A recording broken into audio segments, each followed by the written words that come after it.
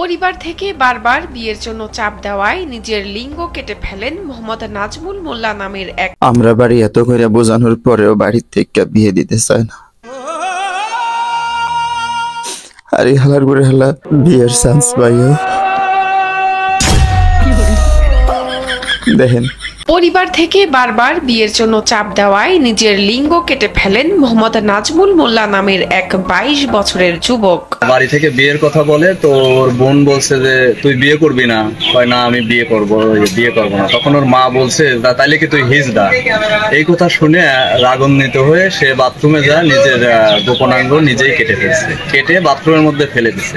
4 ভাই বোনের মধ্যে ভেকুচালক নাজমুলের বড় বোন বিবাহিত, ছোট আরো 2 বোনের পর নিজে বিয়ে করতে চেয়েছিলেন নাজমুল।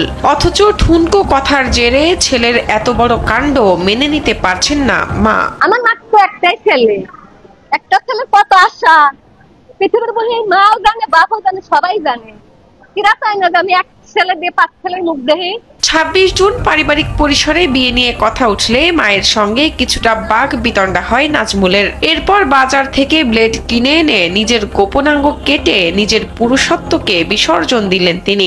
রক্ততেই সব শরীর জড়ায় গেছে, তখন আমার আশপাশের মানুষ দেখে। ঘটনার পর নাজমুলকে উদ্ধার করে উপজেলা স্বাস্থ্য কমপ্লেক্সে নিয়ে যাওয়া হয়। চিকিৎসার পর কর্তিত অংশ পুনরায় জোড়া লাগানো সম্ভব হয়নি বলে নিশ্চিত করেন এক প্রতিবেশী। কাটা অংশটা বলছিল যে 6 ঘন্টার ভিতরে যদি নিয়ে আসা যায় তাহলে এটা কোনো চিকিৎসা দিয়ে ওদেরকে মানে রিকভারি করা যাবে।